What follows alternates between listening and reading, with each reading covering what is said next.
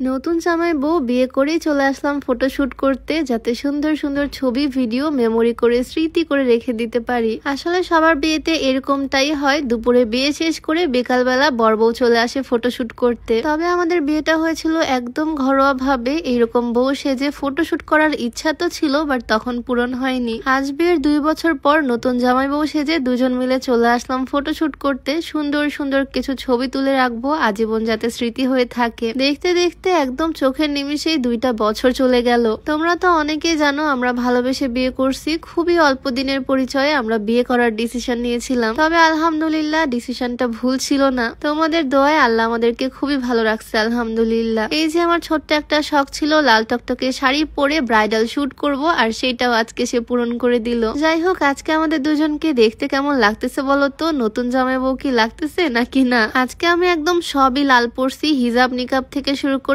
শাড়ি ওড়না ব্লাউজ সবই লাল। তবে শুটটা দেখার পর মনে হচ্ছে হিজাব নিকাব যদি গোল্ডেন পরতাম তাহলে হয়তো বেশি ভালো লাগতো। তাড়াহুড়ায় নিজে নিজে যেটুকু পারছি সেইটুকুই সাজুগুজু করছি। মেয়েদের সাজুগুজু করতে কত কিছু লাগে তাই না? তবে আমার হাজবেন্ডকে মাশাআল্লাহ এই গেটআপে খুবই সুন্দর লাগতেছে। আমার এই গেটআপের ভিডিওটা দেখে লাস্ট ভিডিওতে অনেকেই কমেন্ট করছো যদি হিজাব নিকাব না পরতাম তাহলে এই শাড়িতে আরো বেশি ভালো লাগতো। আসলে আমি একদম ছোট থেকে মানে ক্লাস 6 থেকে হিজাব ক্যারি করি, তাই এখন হিজাব ছাড়া কোনো আউটফিটের কথা চিন্তাও করতে পারি না। তাই আজকের এই সুন্দর শাড়িটার সাথেও সুন্দর করে হিজাব পরছি। সুন্দর একটা ওড়না ছিল এই শাড়ির সাথে। এত সুন্দর এই শাড়িটা আমি নিয়েছি Sumaiya fashion BD Facebook page থেকে। অনেকে আমাকে জিজ্ঞেস করেছো এত সুন্দর লাল টকটকে শাড়িটা আমি কোন পেজ থেকে নিয়েছি। তাদের জন্য আমি পেজটা ক্যাপশনে মেনশন করে দিব। এত সিম্পল এই শাড়িটা, তবে সিম্পলের মধ্যেই খুবই সুন্দর। ব্লাউজ পিসটা ছিল খুবই গর্জিয়াস, আর সাথে খুব সুন্দর একটা ওড়না। সবকিছু মিলিয়ে আজকের আউটফিটটা আমার কাছে তো বেশ ভালোই লাগছে। এখন দেখা যাক ছবিগুলো কেমন হয়। ভাবছি একটা সুন্দর দেখে ছবি আমি বাঁধিয়ে রেখে দিব আমাদের দুজনের, কারণ বিয়ের সেরকম ছবি আমাদের নাই।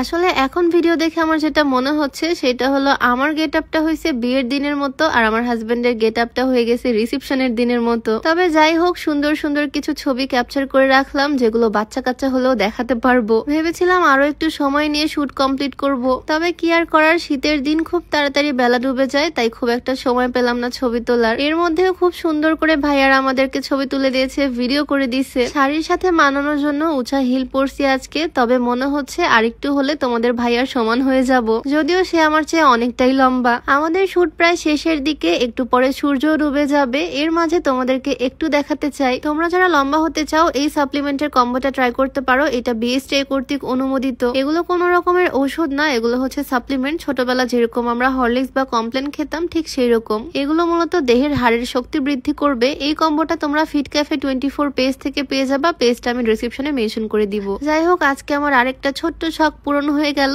সবাই আমাদের জন্য দোয়া করো। আজকে ছোট ভিডিওটা এখানেই শেষ করছি। সবার সাথে দেখা হয়ে যাবে নতুন কোনো ভিডিওতে। সবাইকে আল্লাহ হাফেজ, আসসালামু আলাইকুম।